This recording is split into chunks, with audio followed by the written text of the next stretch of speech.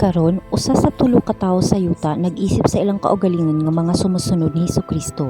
Si Jesus nagbilin kanato, maghigugma ay kamo sa usag-usa, ingon nga ako nahigugma kaninyo. Kinahanglan usab kamo maghigugma ay sa usag-usa. Siya mianhi niining kalibutana nagdala sa gugma ug pagtahod ug nahiusa nga mga tawo. Wala siya mangita sa gahom, nagpahinumdum sa mga tawo sa pagkapareha sa tanan atubangan sa Dios.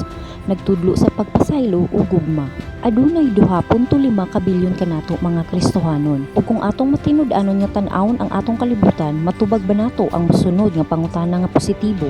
Nagmalampuson ba kita sa pagtukod sa matang sa kalibutan nga gibilin ni Hesukristo kanato? Sa Hulyo 22, 2023, adunay usa ka importante nga international nga online nga komperensya alang sa tanan nga mga Kristiyano, global nga krisis kinsa si Hesukristo alang kanato. Karon, naapatay kahigayunan nga uspon ang tanan. Apil sa ug kamo makahibalo sa kamatuoran ug ang kamatuoran magahatag kaninyo kagawasan.